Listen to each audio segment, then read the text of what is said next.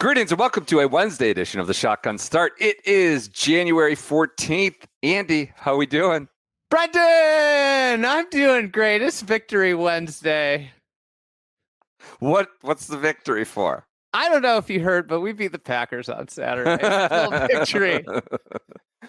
I feel so upbeat despite having my paper mache ankle fold again on me today. Yeah, another ankle injury. What happened? Were you playing pickup hoops by yourself in the cul-de-sac of your street somewhere on the driveway of your street? No. I was going for a jog, been really kind of dedicated to some fitness early this year. Sure. Going for a jog, and a dog lunged at me. I made an abrupt, change of direction. Stepped in a hole with my right ankle, which is very weak. It was, just naturally weak from years of basketball injuries. Yeah. And I just tumbled onto the ground, just in a heap.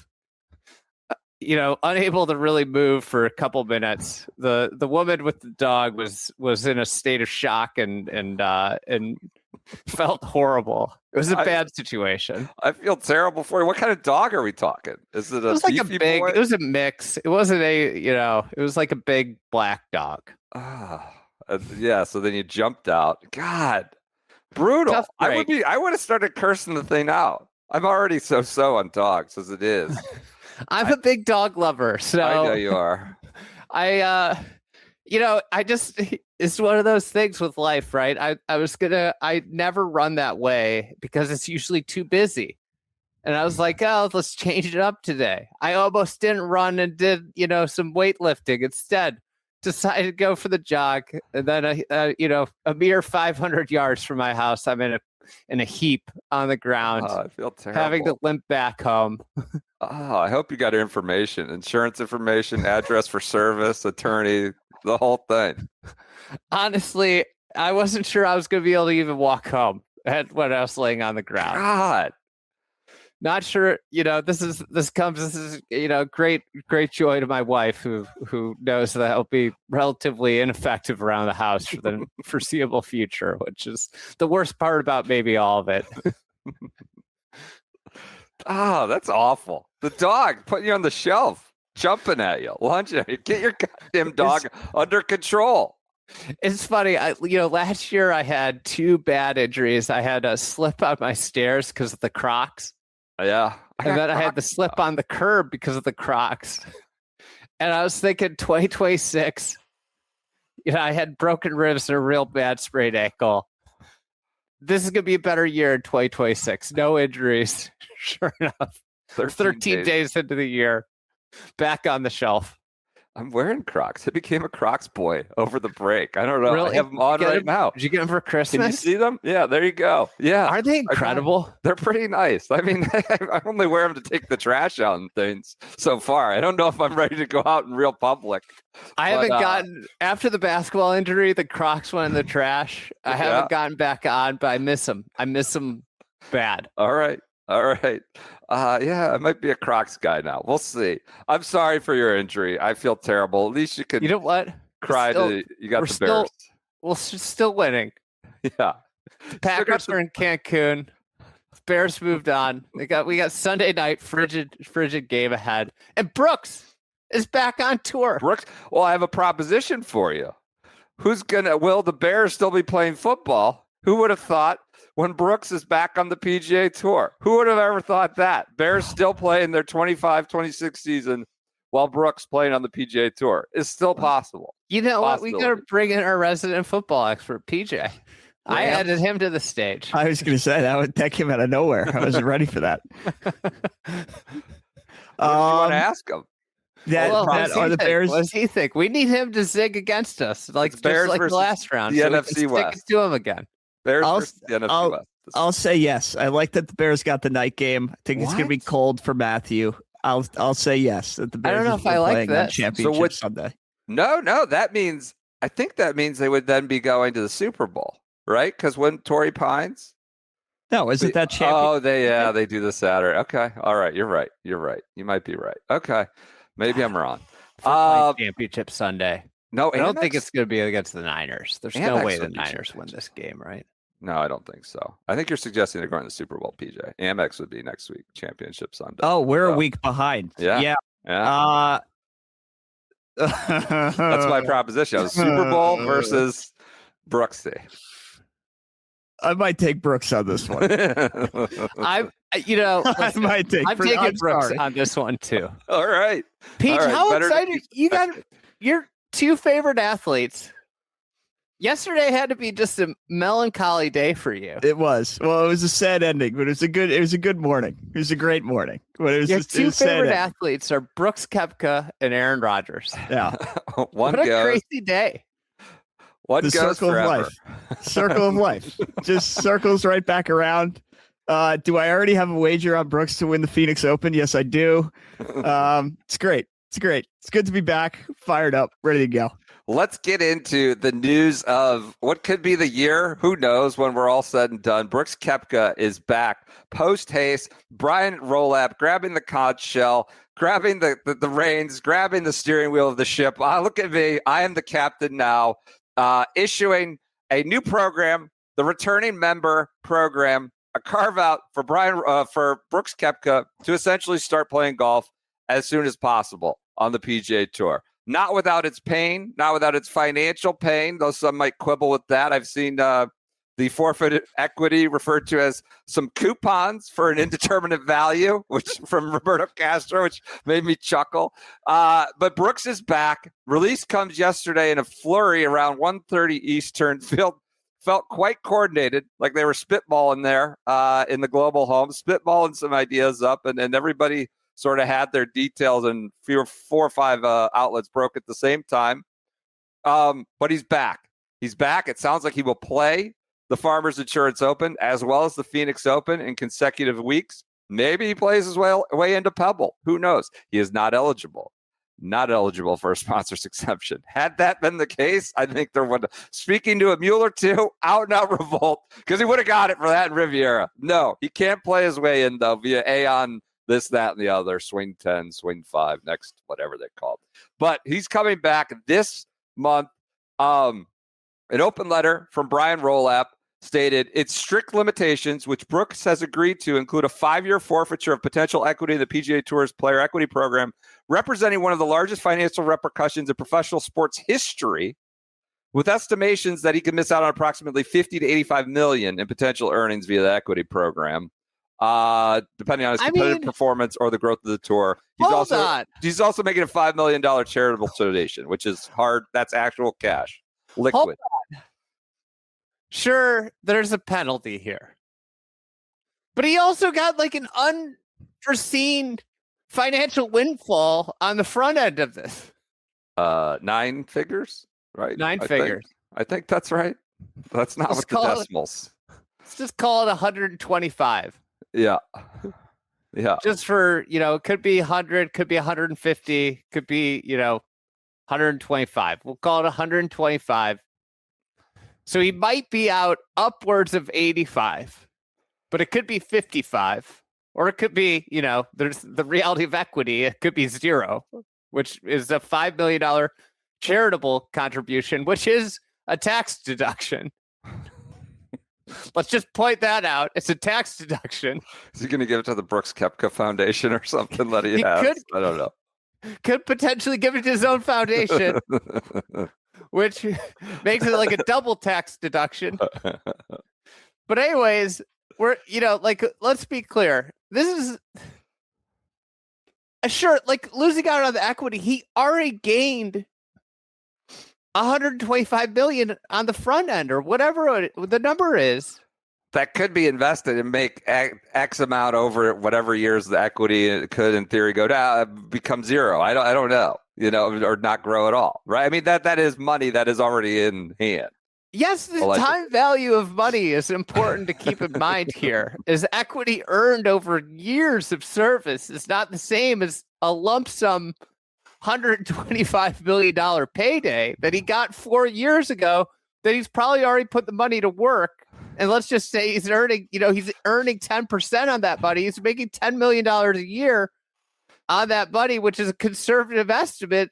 This is Who knows? Maybe he's spending on boats and Jordans, and who knows what's going on down there. But yeah, this is a slam dunk financial deal for Brooks. Oh. And anybody who's saying this is a stiff financial penalty, this is not a stiff financial penalty in the grand scheme of the entire exchanging money in hands. Just to cite to Castro in full, Roberto Castro, of course, former PGA Tour member, now with TGL. So hear me out. You can keep the bajillion dollars you got from Liv and start playing right away. You just can't have these coupons that have an undetermined value, but we did double the purses since you left. Good. That's a good point. He's also playing for a lot more money that he is able to play for right away. So yes, the financial standpoint, I don't think it's as punitive as you would. It seems on paper. Though Brooksy says it's painful.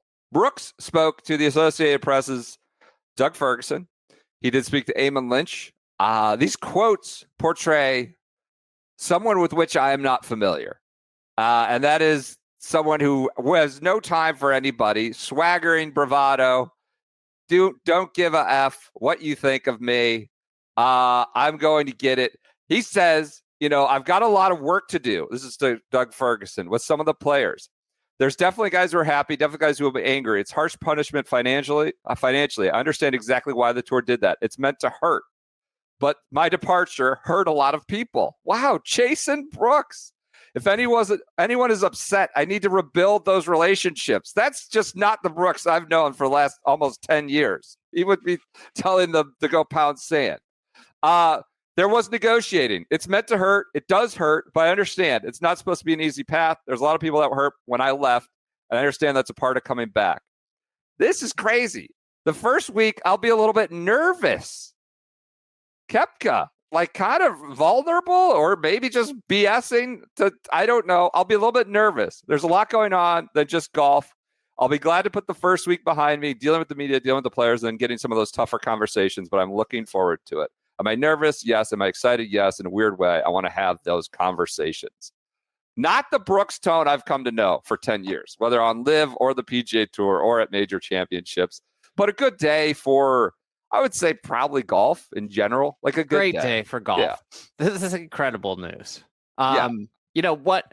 There's a lot of ways you could go here. What is Brooks Koepka anymore? I think that's is a good question. Is he a top 50 player? Is he a top 20 player? I don't think he's a top 10 player anymore, but what the tour gets back is one of the more marketable players in the game of golf. I think in terms of sheer marketability, you probably would slot him into the top 5 on the PGA Tour right now. Maybe even top 3. Is he? Would you say it goes Rory, Scotty, Brooks at this point in the world of golf? In terms of not entire world, just on the PGA Tour. On the tour, I have to think about that. Speed is probably ahead of him. I'm being honest. All right, JT maybe. I don't know. Maybe he's a top 10. His resume is player, impenetrable, and he's one of their stars. Even if we're not really sure of his current competitive form. I would say it's unclear. I think Bryson and John Rahm would be much more sure bets of we know they're probably still top 5, almost top 10 for sure players in the world. Brooks, he comes and goes based on health and based on interest. Yes, it's a good day for golf. It's a good day for the PGA Tour in general. I think also the biggest thing with this is the drop of the petty battle, because Rolapp came in with a cooler head, someone who did not go through the whole situation, the whole schism, the whole civil war. I think we had someone that came in here with a rational approach, one not, with all these pre-existing feelings and, the betrayal, feeling of betrayal by players. Him coming in with a cooler head and kind of ending the pettiness that the tour was showing towards Liv is a huge deal. And I think the way he structured it is humorous. I mean, they're ending the pettiness. We want 3 people back. Yeah, to a point. The pettiness exists to a certain point of how much do you matter. I don't think Pat Perez is necessarily his ban is for broadcasting is over, but maybe it is. Wes Bryant's band still active, despite not even playing in an actual live competition. Let's get the eligibility, like the nuts and bolts of this, and this is remarkable. Joel Beal had a report like this kind of just happened over the weekend. Like think about the prior era of the PGA Tour and how this would just get hung up, like trying to get a government permit to build a new like nuclear plant to get Brooks on. That's how hung up in a prior era of the PGA Tour this would get. Just like molasses, gummed up, and it's got to go to this committee and this policy board, and we got to talk to this person, and Jay can only do so much. And it's going to take 7 months of deliberations and checking boxes before Brian Rolapp did this in like 72 hours, it seems like. From Joel's article, they heard from him on December 23rd, said, it's the holidays. We'll talk about this after Christmas. He applies for reinstatement on Friday. From videos of Jenna, his wife, is posting to social media. He was zipping around on a golf cart at the Global Home on Friday, which we got is that something might be going on. I don't know what he's doing, a dance on the drawbridge or what. And this player returning member program was done and announced by Monday. Now, had Rolapp conceived of some of the tenets of this prior to probably, but it was kind of unilateral in the way it was done and just a different era. And I got someone asked me this morning, like, this is totally indictment of Monahan, like that he couldn't do any of this in like 5 years. I just like Monahan definitely might not have been the guy for the time of this like live like face off, but like Rolapp has a different job. It's a different tour. It's different structure. Like he doesn't have to do with all this. He obviously, like you talked about, he comes to it with he has none of the scar tissue, none of the, obviously Jay had zero political capital after the framework agreement. Rolapp might have more after this. Maybe he has less, probably more. And so it's like comparing like a caddy to a player. They're just different jobs that the two have had. And the way to it seems like I would say from this, the headline is Kepka is returning to the PGA Tour. But the real story to me is like Brian Rolapp is like completely in charge in a way that I wouldn't say it mirrors how the NFL operates, but seems more akin to that than what Monahan had to operate, where Rolapp may answer to some like billionaire sports owners, but he sort of has unilateral authority. He's got this FCC, which might be the only committee that matters anymore. And they might not even matter that much. It might be just a sounding board. He goes, "This good? We good?" But he seems to be listening to new voices, but he can make shit happen quicker. And to me, the headline Brooks is coming back, but this is the start of Rolapp just rapidly reshaping the tour. We've already heard about the schedule probably changing. Scarcity. I think the exemption categories are just like none of this exists anymore in 27. Like this is just not how the vehicle of change. No, the straw that broke the camel's back. No, but I think it's the start. I do think that's the biggest part of this is like one guy with his own advisors and his own money men behind him changing how this tour operates pretty significantly. This first change is the returning member program, which the portal is open, baby. The portal is open for 3 others in addition to Brooks. Eligible players. And I don't know if this has really come to light, but like Brooks got out of his contract. Yep. Rumors. Maybe there was a clause in there for 54 holes and they, when they went to 72, maybe that's how he got out. I think that is my question with the returning player program. It's available to John Rahm, Cam Smith, and Bryson. So we have 3 other players. Can either of these 3 get out of the contract? And there's also like complications with all of this. Liv owns a part of Bryson's YouTube channel. Allegedly. So, like, there are complications to each of these. Jon Rahm might have signed a different deal than Brooks Koepka. And I think that's my big question is, like, do you see a world where these players can actually get out of the deal and come back by February 2nd? The answer for me is no. And I think there was like this big hoopla yesterday when it first came out. It's like, oh, this is going to start like a run on the live with these guys.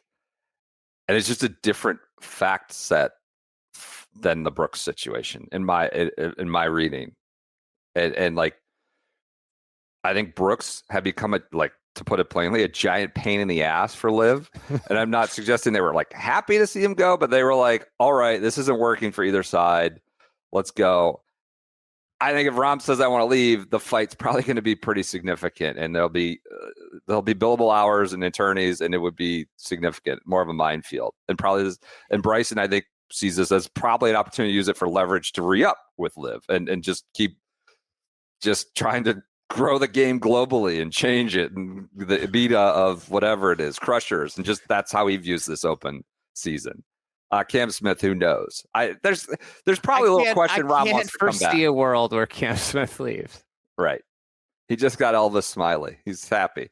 Rahm, we know, probably wants to come back. I think that's, but can he? Is it worth whatever monumental fight that might occur that Brooks didn't have to go through with Liv? It's probably not going to happen. There's, I think 10 Golf, the Spanish site said he's not coming back. I don't know.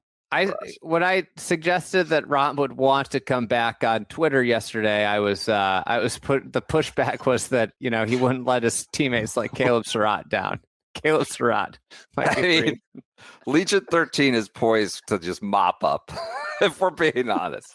Who would want to leave that? What are you talking about? They got to go up against Sam Presti now and smash. Smash. That's true. How are they going to recover after Brooks leaving? Yeah, I agree with you. I think that's what you're saying, right? The other three, as much Rahm might want to come back, I don't know that that's going to happen in the way. If you were going to create a power ranking of those three in order, how would you order them in terms of who you'd like to see on the PGA Tour back? I mean, Bryson is cinema, right? Bryson is like you talk about, he is right there with Rory and Scotty, I would say, in terms of notoriety. And Rob's probably more competitive or more future potential possible. But I would put Brooks. I'm sorry, I put Bryson, then Rahm, and then Cam. Then Cam. Is Cam Smith not number one? No. What if you had Brooks in the mix? If you could say you had, if we Brooks, could go back 48 hours and ask the question, where would Brooks be? Brooks would be third. Oh, PJ's holding up a 1 sign. Number one for PJ. I mean, look, whatever. Caution to the guy who doubts Brooks, right? The haters. He loves to shove. No, please. He's not been very good at golf. No, and in the last few years, I love this bit. Like, it's been my dream to play on the PGA Tour my whole life. I don't know. The first 5 years you're on tour, they said tour events didn't matter, and all you cared about was the majors. It's like a little bit of a different tune. He's matured. He's matured, sure. And he's able to reflect, and maybe he's lost some of the hardy exterior that he had a couple years ago. I regret that we made our major picks before we knew that Brooks was going to actually play golf on a full-time schedule. Because now I'm, no offense, I might be regretting some of my actions. Where are you slotting Brooks in? Is it the Ronimink, the PGA? Yeah, absolutely. Okay. Yeah. So 1000%. You had Rory there? Yeah. So where is Rory going anywhere else, or is he just out? He's not winning a major. I would. No offense to Big Shot Bob. I would like to move Rory to Shinnecock, and I'd like to put Brooks in a Ronimink. Okay, we'll let you revise.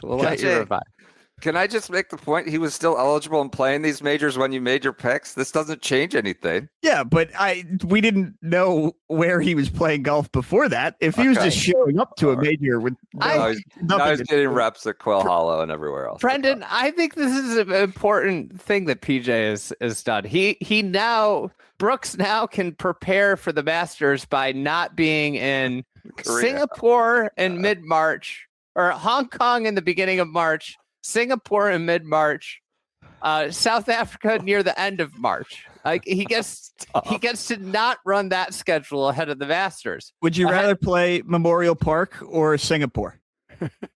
I don't know. Well, is that where you had the Champions Dinner?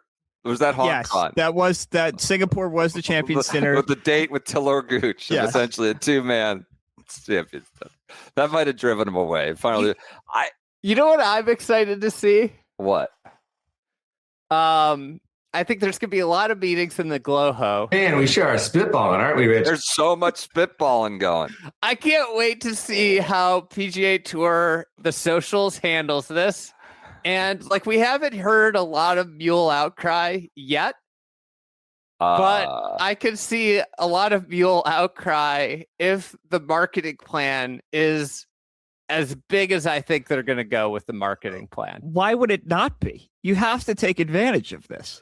That's correct. But in doing it, there's going to be a class of PGA Tour players who are outraged. Well, he's not taking anybody's spot. So all right. Well, I'll get to the particulars here, which is a master stroke. I don't think. Can I power rank mine? Yes, please. I go Rahm, Bryson, Brooks. Yeah. I think that's right. I just think Rahm's better all-round player than Bryson. I would agree with that. I've been more of a showman stuff.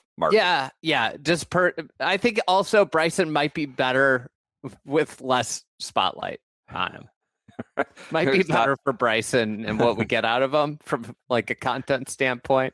So I don't want to go. I kind of don't want to go back to. Part of me wants to go back because it gives us stuff to yell. I don't want to go back to the fire ants and the cussing out the locker room attendant in Detroit Golf Club, whatever it is. Yeah, I think it's like better for Bryson to maybe be in a more low profile spot. So I believe this is good for golf, good for the PGA Tour. I would like to make a few counter arguments that I think are worthwhile. Did Brian Rolapp have to do this? What is gained by doing this? Would the tour have been okay if Brooks just sat for a year and Rolapp then pisses off less of his members, rank and file? Would the tour? This is not materially changing the tour, I would say. Brooks is a big name and helps. It's not like automatically injecting some sort of capital. Could he have just waited a year and avoided some of the criticism that might come his way? Could have happened. Could have, and kept, I guess, some sort of credibility or nod to the tour's existing structure. Not saying that was good, but that is it. Did he have to do this? Could he? Yeah. Could he have? Yeah. Sure. Should he have? No. This was absolutely the right decision. Okay. This was the rational. I'm running a real business, and I am making a decision. I agree. The idea of just like putting him in the European Tour penalty box for a year while he plays the majors. Yeah, you appease a bunch of guys that don't matter is the reality. Like you appease. Oh, well. I think he threaded that needle, quite frankly, with the way he designed the program. With the fact that he can't get sponsors exemptions at the signature events and extra spots. There's essentially this extra spot bullshit. There might be more extra spots because of it. Mules. That's what I'm saying. Brooksy is riding with a couple of mules on his back, so he avoids that. The mule argument. I just want to be clear, is not without merit. Like absolutely not without merit. These are not. Of course, there'll probably be some delusional shouting about it, but I just want to be clear on the history of this. This guy stood in player meetings and was asked point blank if he was going to live and was super evasive about it and was non-responsive about it and was a little slippery in June of 2022 and bounced for 125 whatever million.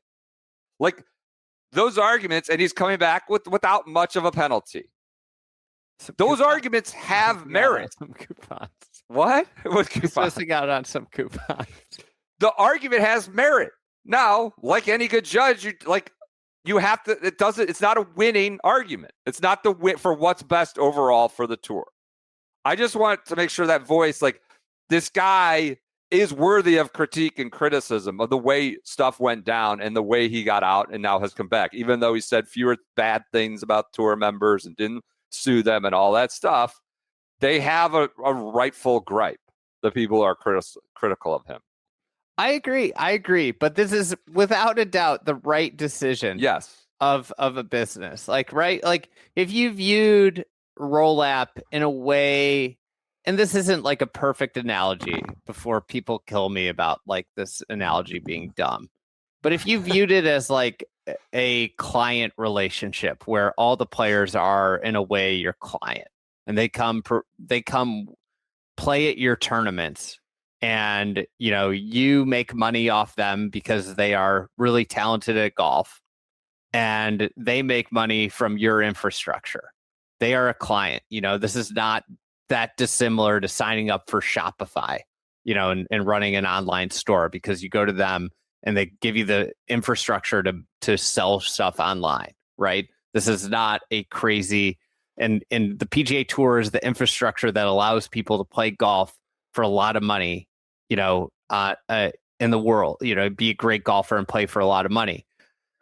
If Shopify loses a big online store, if they want to come back, they're like, yeah, come on back because we make money on every transaction.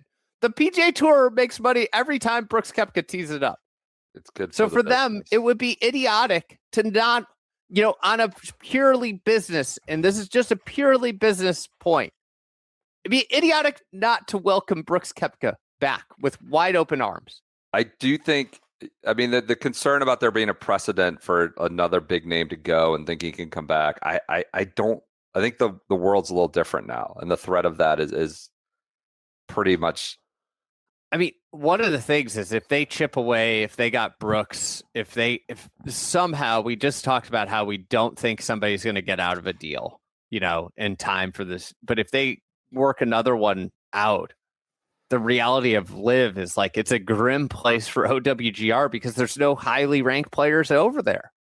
Yeah, but I meant like a precedent the other way of like, all right, I know that's what I'm saying. Yeah, there's just not a lot going on. You're going. It also seems like the big paydays have kind of dried up a little bit. Yeah, well, like there is no, and I think that's like one of the realities of this. There is no $150 million bag waiting for anybody that would reasonably jump. Like, if you think about the PGA Tour, there aren't a ton of guys. Like, I don't think Rory and Scotty are non-starters. And after that, like, who are you paying $100 million to jump?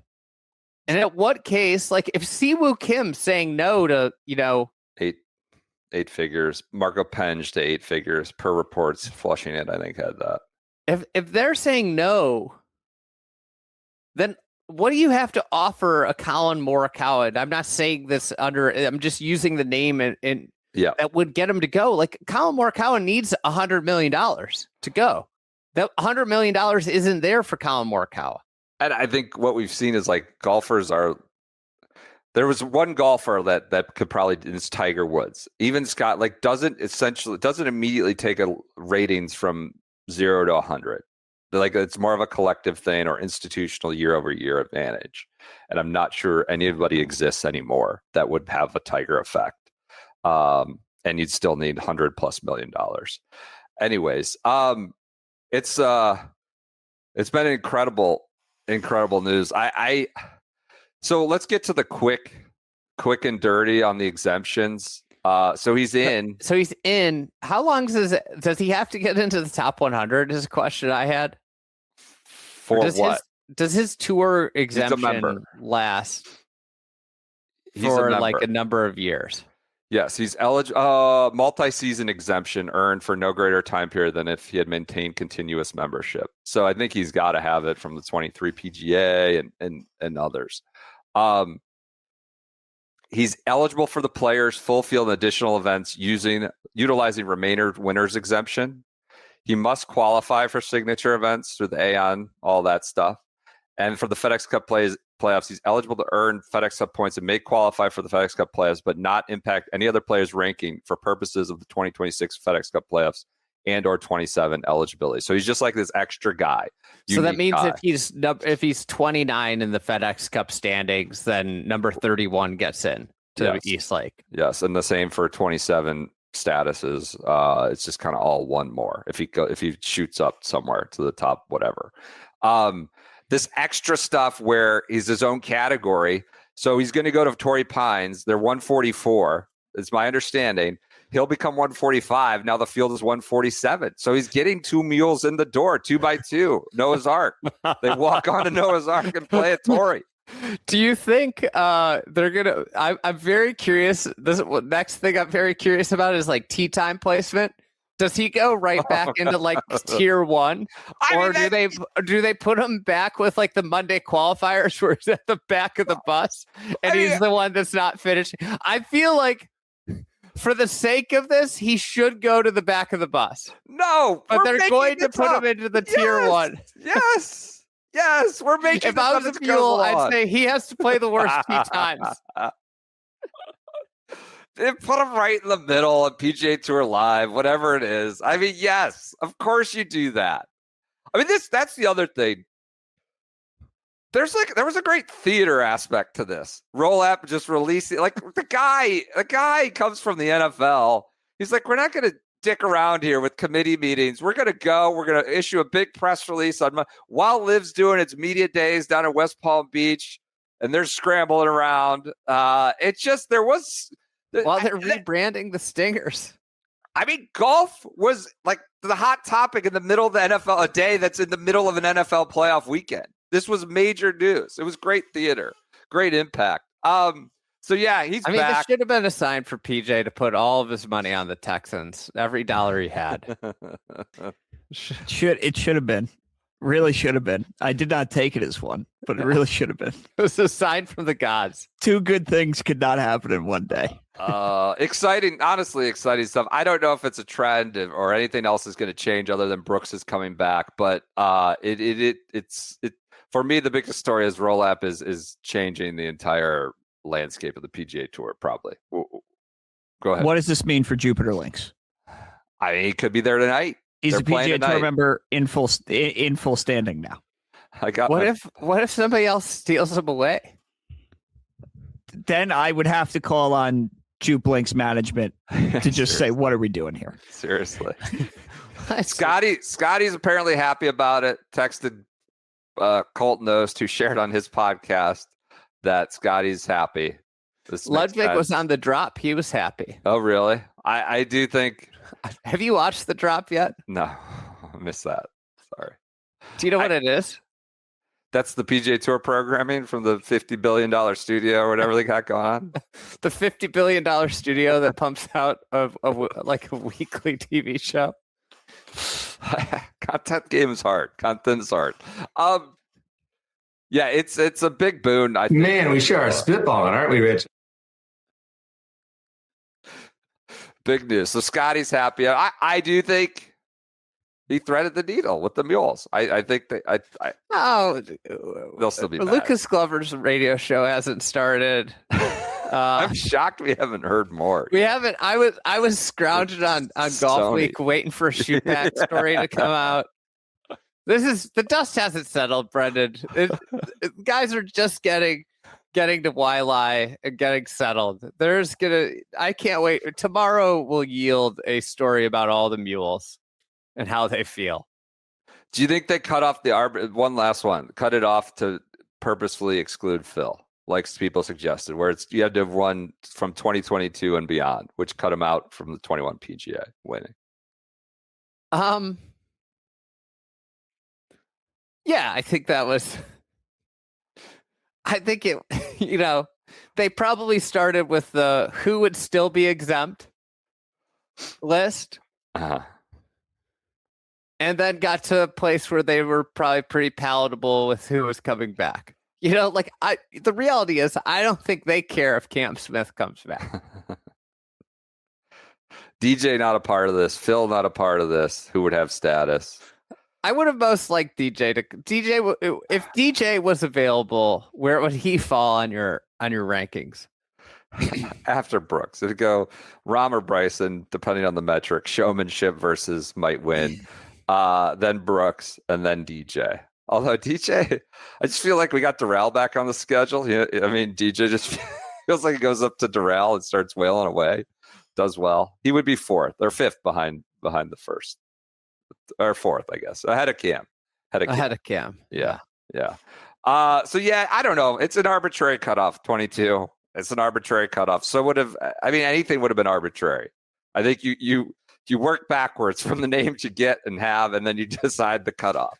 That's what I think is like. They took a look at the whole list, and then they figured out like who were their priorities, and they figured out how the easiest way to get there while excluding a few key members, which I think Phil was I can't remember which piece it was, maybe Joel Beal's piece where it said Rolapp called like 10 to 12 players to get their opinions on this. Yeah. I think if Phil was in the group, there would have been a lot of dissent within the 10 to 12 players he called. Yeah.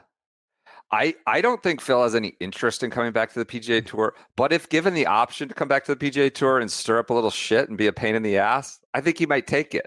You know what I mean? Like, the door's open. He might think it's a better platform for stable offshore. I did like Liv's statement, like, we love free flowing between leagues. We welcome this, and Liv will remain the global golf leader and whatever. They copied the PGA Tour statement, I guess, from when Brooks announced he was leaving Liv. So, all right, we'll have plenty more to talk about this. It's a massive story for us. I think there's a lot of different tentacles to tug on, and Rolapp for me is a big one. But we got to move on. We have actual golf this week. We have a one and done. One and done for Friday Golf Club members is live. We might put it in the show notes. Rummage around. Find it. I've been told it can't go in the show notes because it is not protected. I think we just ruined it. All right. Well, then I guess just edit this out, PJ, or don't. Leave it in, and it doesn't matter. Everybody. Hey, there's a one and done league. Just edit out the name, PJ, over and over again, and leave all this Hold in. on. Just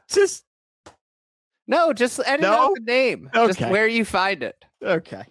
All right. There's a one and done league. Go into Friday Golf Club. It'll be there. Sign up. It's there. It's right there. All right. There's also coffee at goodwalkcoffee.com. This is for everybody. /shotgun. You don't have to be a Friday Golf Club member. But if you are a subscriber, you get 10% off every order because you just set that time to deliver it.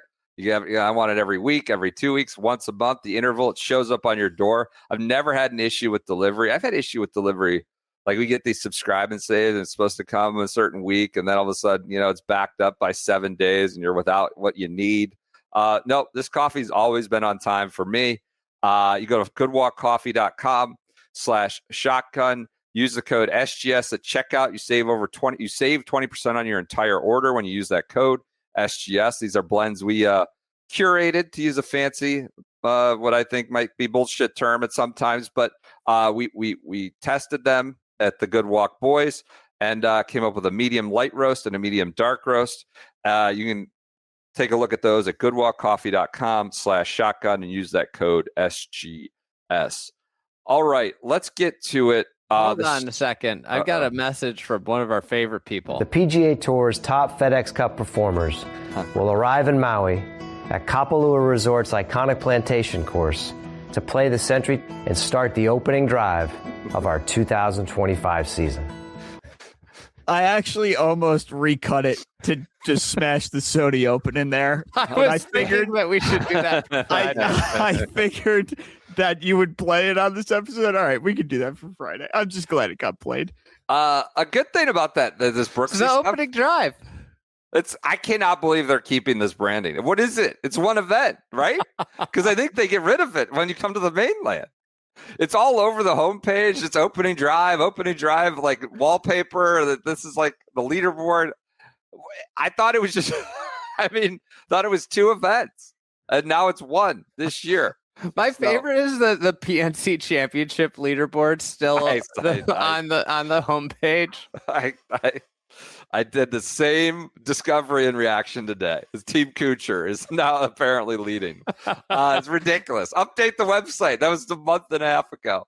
Well, they got that $700 million content studio, but nobody's creating anything that they could put in there instead. Opening it's kind drive of crazy how few things are posted here. We are not to call content shop. This is not to call content shop. Hold their feet to the fire. Starting to figure it out. I will say the Brooks thing, like he's got to play 15 events and he's not in SIGs, could be interesting. Like I know he's not yet ready for Sony or eligible for Sony because of the process, but we might see him at some crazy places. The ISCO? I don't know. The Deer? I don't know. I probably won't play the Deer before the Open, but just who knows where he goes? ISCO Championship. Well, no, the Deer's the week before the Scottish now. That's right. Yeah, I think you're right. He could play the Deer. He could just be everywhere. Who knows? CJ Cup. I think the Kepka crew would love the Quad Cities. He'll probably play all the Florida events if I had to guess. Right, be close to home and all that. Let's get to it. Our schedule for the week: the Sony Open is back at Huayalai. We're off and running. First FedEx Cup event of the year. This is January 15th, Thursday through Sunday, 7 to 10 p.m. Thursday through Sunday on Golf Channel. So that Bears game is a 6 p.m. kickoff Eastern? 6:30, I think. Will end at, let's call it 9:30. And you can just flip over and celebrate and watch the end of the Sony from 9:30 to 10. That's what's going to happen, I'm sure. That's how your Sunday's going to go. 7 to 10 p.m. I'll probably have the Sony on. To be completely just not watch the Bears. Yeah, you can watch the Bears on TVR. Notables in the field: defending champ is Nick Taylor. Purse is $9.1 million. God, $9.1 million crazy. For the Sony. Insane. He was like 5 a couple of years ago. It's crazy. I mean, we're not talking about back when Coke was 5 cents. We're talking about like 5 years ago. It's crazy how fast it's gone. Notables: Keegan Bradley, Tony Finau, Brian Harmon, Russ Henley, Billy Horschel, Si Woo. Tom Kim makes notables. Hideki, on what basis? Unclear. Hideki, Colin Morikawa, Adam Scott, Vijay Singh made real notables. Jordan Spieth, Taylor, and Gary Woodland. So a good, strong field of players. Do you have a one-and-done pick for the Sony Open? We're back in the saddle. Do you have a one-and-done pick? Oh God, this is I'm right out of the gates here. I'm just gonna go chalk. Russ bus. I'm taking the Russ bus. I just don't know where else I'm gonna take Russell Henley. Yeah. I figure just use them now. Just it's one of those players, like I find there's certain types of players that I just like never am like, you know what, I'm gonna pick them this week. And I know he's been one of the best players in the world, but I'm taking him. He plays great here. It's a no-brainer to me. I agree. I mean, he's the pick, but I just can't go chalk. I mean, this is usually a spot where I'd use Brendan Todd. He's not playing this year. He might. I don't know what he's doing these days. Todd watch might be over. The watch may have ended. Put down our guard. See you in Valhalla, brother, or whatever our watch has ended. Whatever that was. I think I'm going to go Ryan Gerard. Playing well. We know he played well in an island recently, another island, Mauritius. I think it sets up well for him. I'm going Ryan Gerard for the Sony Open. PJ, do you have somebody? I think I'm going to go Hideki. Much like Andy, plays well here. Won the Hero. Hot right now. Can't tell me he's not, like Ryan Gerard. Yeah. And also, I don't know where else I would use Hideki, honestly. Really? Come on. There's plenty of places Hideki. Hideki's impossible to. Yeah, you never know. It's impossible to know. Okay. He used to be the killer of Scottsdale. I don't know how he's done the last couple of years at Scottsdale. Continuing on with our schedule for the week on the DP World Tour. Excuse me. We have the Dubai Invitational. The Dubai Creek Resort. Hey, while we're at one and done, Yeah. as someone who's won a one and done league, a big one a few times, my just general advice early in the year: get points on the board. Use big guns. I think like getting off to a great start in is like the most important thing, because if you get behind the 8-ball, that's where you're screwed. You're just chasing. Yeah, and then all of a sudden you can't use chalk picks because you're behind and everybody else is using them, so you don't pick up points when you're behind. You're essentially at the mercy of like hitting a major winner, like a winner outright. A winner that's not Scotty Scheffler. Right. That everybody else, yeah. Right. Exactly. Rory McIlroy, right? Like that's like the thing. To me, my general strategy, and maybe I shouldn't be saying this for my one and done leagues that I'm in. My general strategy is to go chalk early. I had a horrible year last year, but go chalk early. Hope I hit that on like, I'm going to take like kind of like the best player / course fit in every field. And then reassess like 8 weeks in, am I in near the top, which you would expect to be. And that's where then you can start to play like who's the hot player, who's playing well, who's in form. Then you can switch to like, I pay attention to golf and I know this guy's got 4 top 20s in his last 5 starts and he played moderately well here last year. There will be a Ben Griffin or something by the middle of the summer. There will be a Andrew Novak. Like use your ammo now and figure it out on the back end. Yeah, I agree. I don't know. Some fantasy expert could tell me I'm an idiot, though. Russ Bus, good pick. It'd probably be the same person that said that Rory McIlroy should have packed it up and headed home after the first round of the Masters because nobody had won within, that wasn't within 3 shots of the lead after the first round in 10 years. Did someone specific say that? Or that was like a stat that was thrown It's out just there? like the stat. Like nobody's, if you have 98% of winners come within 3 shots, it's like, okay, well. Yeah. Continuing on with our schedule for the week. On the DP World Tour, we have the Dubai Invitational, Dubai Creek Resort. The purse here is not 9.1 million. It's 2.75 million. It's almost like the winner's cut. Defending champ is Tommy Fleetwood. Notables are Fleetwood, Ryan Foxey, proper world player, Padraig Harrington, Nico Højgaard, Shane Lowry. Roy McIlroy is playing? Is that right? Yeah, he always does this. I thought he played the next one. This is like the one he they always created. plays the Oh, because he lead-up likes one. the Prince and all that. Yeah. Yeah. Rory McIlroy, Francesco This Molinari, is the one. Who was the guy that played in this? Like Ken Wyand. the guy from the Grove. The Grove. Yeah. He played in this 2 years ago? 3 years ago. PJ, look that up. See if he's playing this year. This field. I don't think Ken Wyand. I doubt it. I know he's not. 87 or something. Delightful guy. Great guy, Ken Wyand. Francesco Molinari and Patrick Reed, as he does, is on the DP World Tour this week. So good golf. We did nothing last week. We're back this week. That is coffee golf-ish, 2:30 to 7:30 on the Eastern Seaboard for the United States. So not for you. 2:30 to 7:30 a.m. From Dubai. It's party golf. Party golf for you, coffee golf for me. On the Corn Ferry Tour, as of this, you'll get Wednesday, I guess. We have the Bahamas Golf Classic, Atlantis Paradise Island. This is ongoing. Wednesday finish, 1 to 4 p.m. I heard our good friend Shane Bacon on the call this afternoon. Current leader is Mason Anderson and Michael Johnson are your leaders at the moment at 19 under. That is a dynamic situation. I'm sure that will change. Oh, my God. Jeff Overton is T3, 1 shot off the lead.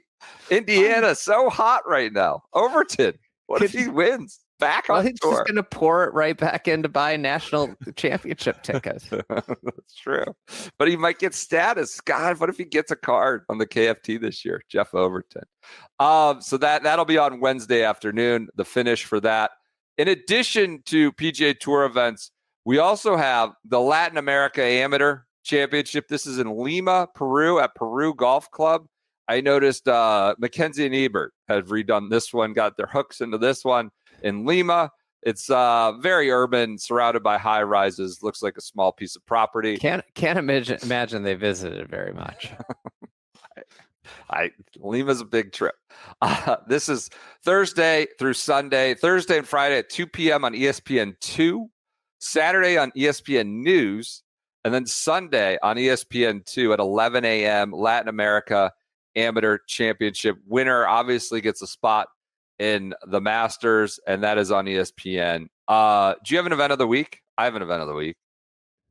Can I proffer my event of the week? I'll let you go with the event of the week this week, but I reserve the right to reject it. That's fine. It's Tiger Woods' 50th birthday party at the Breakers Wednesday night. I thought you were going to go with Jupiter Link's debut in the SoFi Dome.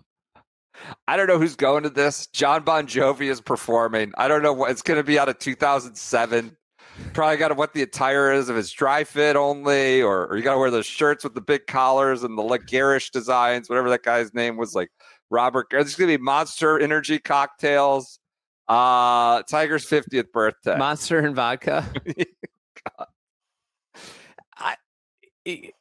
I want to drill into the musical act.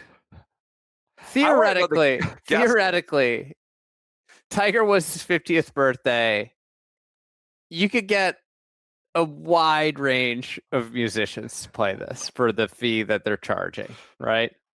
So an honor to play this for any sports fan, effectively, that's a musician. Uh-huh. John Bon Jovi's like so perfect for Tiger, it being Tiger's party. Like, are there any other ones that like stand out that would fill the void of John Bon Jovi? I'm trying to think. I'm coming up with these. U2. Yeah, that's a good one. U2 in the history. I don't know if we've ever talked about this on this pod. Yeah. But the fact that U2 did a deal that preloaded a shitty ass song on everybody's phone. Album. I think the whole album. On everybody's iPhone is one of the most remarkable things. And I think it led to like a universal disdain for U2. U2 would fall in this bucket. Can I raise my hand? Yeah. I think that album is still on my phone. It just keeps carrying over from like 15 years ago, from my iPad or my iPod that I had. I've just never gotten rid of it. It somehow keeps showing up in my iTunes and like it's always on my phone. Can I throw a few others out? Semisonic, Third Eye Blind. Like, I don't know. Yeah, that's where my mind's going. I could see Creed being someone that was considered, like, I could see Tiger really liking that song, Can You Take Me Higher? Mark Morrison, I think, is just too old at this point, but he could make an appearance just to sing one song, Return of the Mac. I could see that. What about Smash Mouth as a potential? Or Hey Now, you're an all-star. I mean, the guest list, I want to know the guest list for the. Apparently some tour execs are going. It's essentially like a charity donation, probably to Tiger Woods Foundation. Blink 182. All the small things. I hated Blink 182 when I was a kid, and I think they like resurfaced a couple years ago, and it came on my radio like new Blink 182 music, and I was like, God, I still hate this band. I immediately changed it.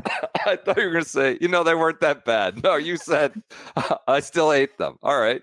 I mean, was Darius Rucker has to be kind of offended that he was not given this job. He might be there. He might be singing "Hold My Hand." I don't know if the Blowfish will be there, but Hootie will. I think he's almost a lock. He's almost a lock to be in attendance, if I'm being honest. This is what I want to know. I want to know. This is why it's my event of the week.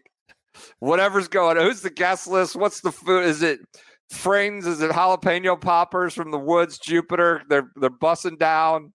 The firecracker chicken or whatever they call that stuff. It just, the party sounds hilarious to me. Big news. Rory, not a member of the party because he's going to be in Dubai or wherever the hell that event is. Yeah. Dubai Leopard Creek. God, he's got to be bummed. He's missing the party. Catnip call of the week. A lot of content on that island tee box that they have at Dubai Creek. It's an island tee box. Do you think there's members of the media that are going to be invited? That's a good question. Marty Smith, maybe. I'm trying to think. Thanks, brother.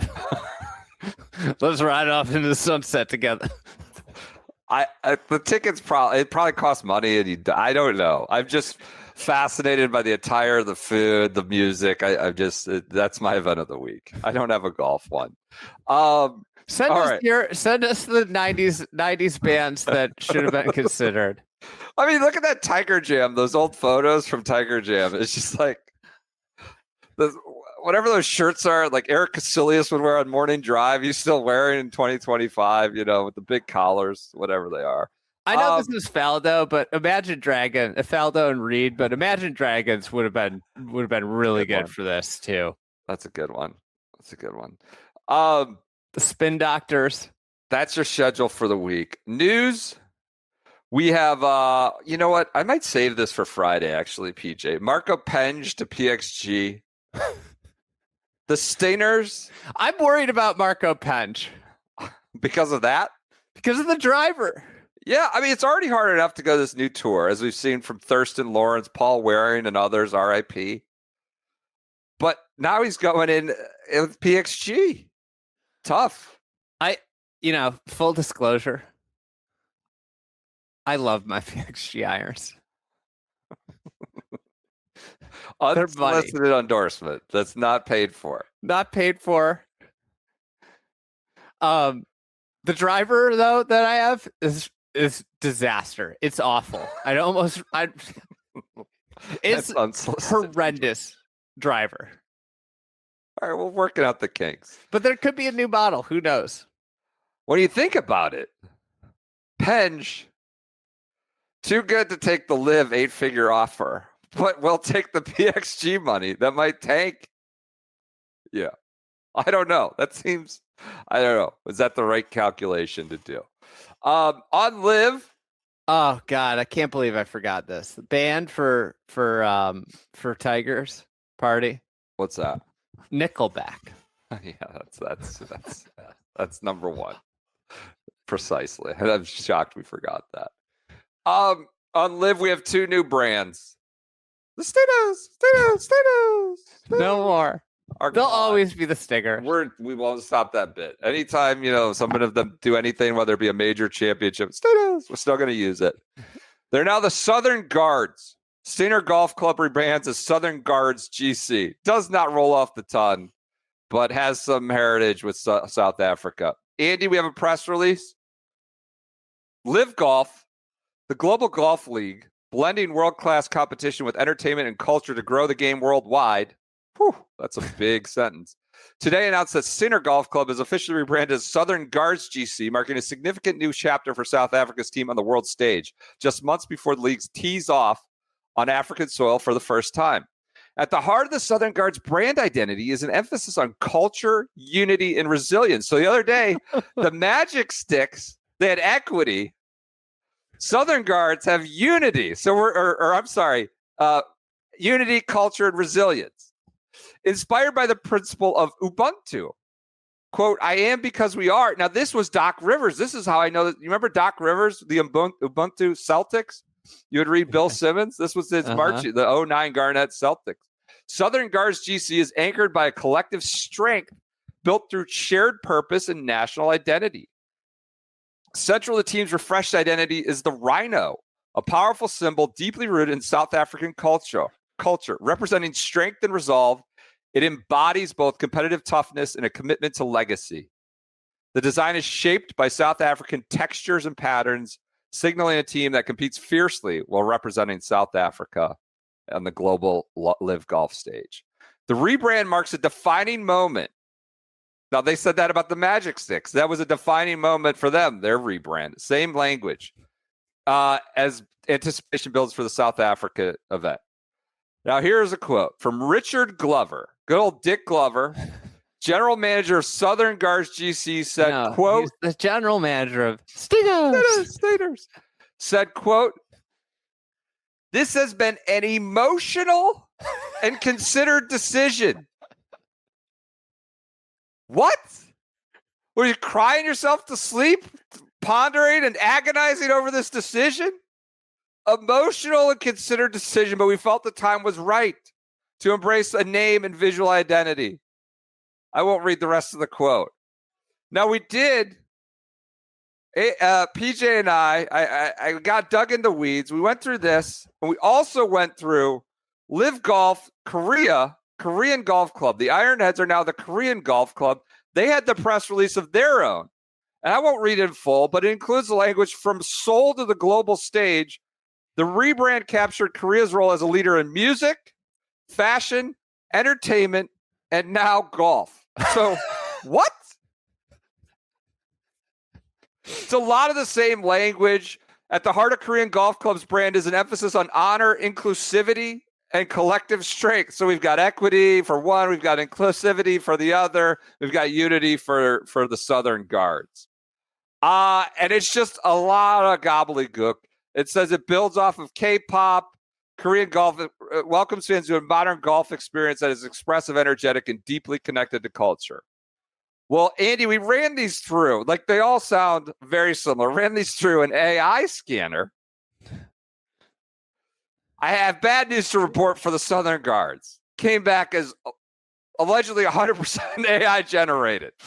Highly confident this text was AI generated, 98%. Whereas Korean Golf Club got a rating of human, though it wasn't a resounding endorsement of a human. I included the quotes in that one scan. So maybe that's where the human element came in. So that got a human rating on their press release. But they all sound kind of the same. The Magic Sticks one we read the other day, Korea Golf Club. You know, it's essentially at the head of Korean culture, music. You got K-pop demon hunters, and now you have, they don't even have players. Kevin Na is allegedly out. Ben On seen, rummaging around the media days they got going on. But we have this Can I be sad about Ben On leaving? Yes, he was great at Twitter. I mean, I guess he still can be great at Twitter. I'm sad. I'm a little sad about Ben On. I am I'm a little sad about Ben On. So that's your two big Live items. Brooks is back to the PGA Tour. Liv's got some rebranding, further rebrandings. R.I.P. Did you see the Ginny Kazuma tweet? Yeah. No. He's Japanese, not Korean. He got cut, and he tweets, "I'm looking forward to seeing if they're a better player than I am." And he was decent. He finished in the top 25. Yeah. By Iron's Head standard, he was, he might have been their best player. Yeah. Apparently, I saw Ben Coley tweeting about this. This is the first time in history a player's been just lost status for simply by nationality, simply because of his nationality. Yeah. Because he finished right in the middle of the standings and Live, whereas he wasn't relegated like a lot of these guys who Brandon Grace still a studo, even though he's been relegated. Kazuma just got tossed for, I don't know, not being Korean, I guess. All right, that does it for this Wednesday edition of the Shotgun Start. PJ, anything else I'm missing? We had too much coming at us today. We were going to bump some to Friday. Brooksy, good chat. I'm sure we'll follow up more on that on Friday. We have a good flashback cooking on Brooksy for that with KVV, so tune in then. Thank you for your continued support of the Shotgun Start. Talk to you on Friday.